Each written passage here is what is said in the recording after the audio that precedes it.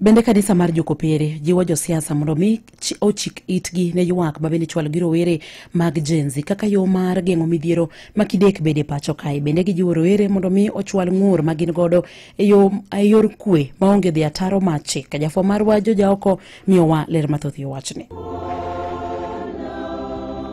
Ne en alam mar Jumapil mane obagi e kanisa jokopere mar Consolata e Likoni, Mombasa. Mae ne en nyasi moyiedhi mar hingo higni 50 nyaka ne kanisa no chakre. Jadolo George Omondi mane otelo ne nyasi no ne ojiwo josiasa mondo mi oikre mar chiko itgi e ng'ur mar rowere chwalo kaluwore gi chochni mamedo nyiedhore e pacho ka.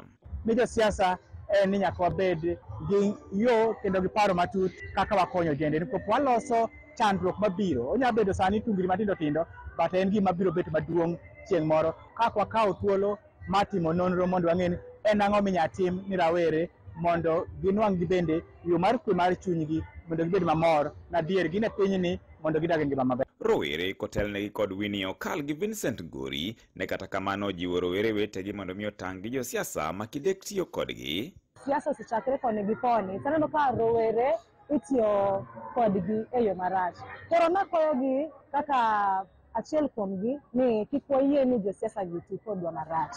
Gibed gi horuok seche ma gichwalo pachgi e yore mopogore opogore kata ka gikwedo sirikal, gikwede yo mowinjore. Tijege ma gimiwa, seche ma gimiwa rungego ka gine gin 1,000. Rungego ne be ni gichiwo tije 1,000, an gadier ne dakineno ji kati ndara joma negrego. Nwach seche moterwa e ndara, wan minegowa. Walalo ngima, waketho gik moko, to ok gidhi kare. Wach ma bende ne osir lwedo gi jadolo George Omondi. Wang'e adier no jende ni matek, tije onge, ngima iye tek, but maduong' moloyo onge lweny minyalo loso gi lweny. Kwe makelo gik moko duto. Nyaka winjwa, we must be heard, that is right, but again, ok en mar chune, en mar nwang'o yo miwuoyogo gi jogo mwaparo ni moko timonwa marach mondo wang'i kaka ginyalo losonwa yo obed makare.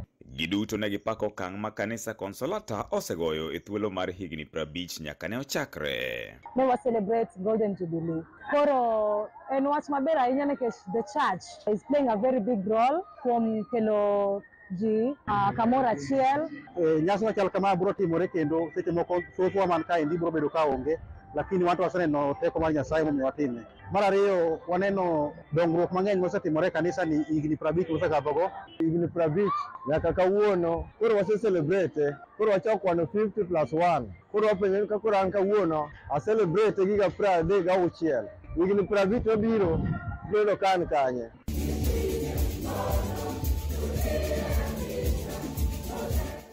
Ne Radio Ramogi e kaunti ma Mombasa, an George Aoko.